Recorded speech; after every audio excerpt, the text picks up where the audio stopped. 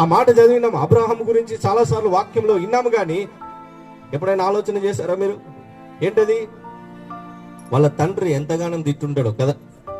ఎడిగిపోతున్నావురా, ఎవరు పిలిచిరు? ఏ దేవుడైనా ఆయన పేరేంటి? ఎవరైనా పిలిచినారు నిన్ను? ఇంతకుముందు ఎప్పుడైనా చూసినావా? మన వాళ్ళు లేరా? ఎందుకు వదిలేసి వెళ్తున్నావని ఎన్ని రకాలైనటువంటి మాటలు అన్నాడో మనకు తెలియదు, ఎన్ని రకాలుగా దూషించినాడో మనకు తెలియదు.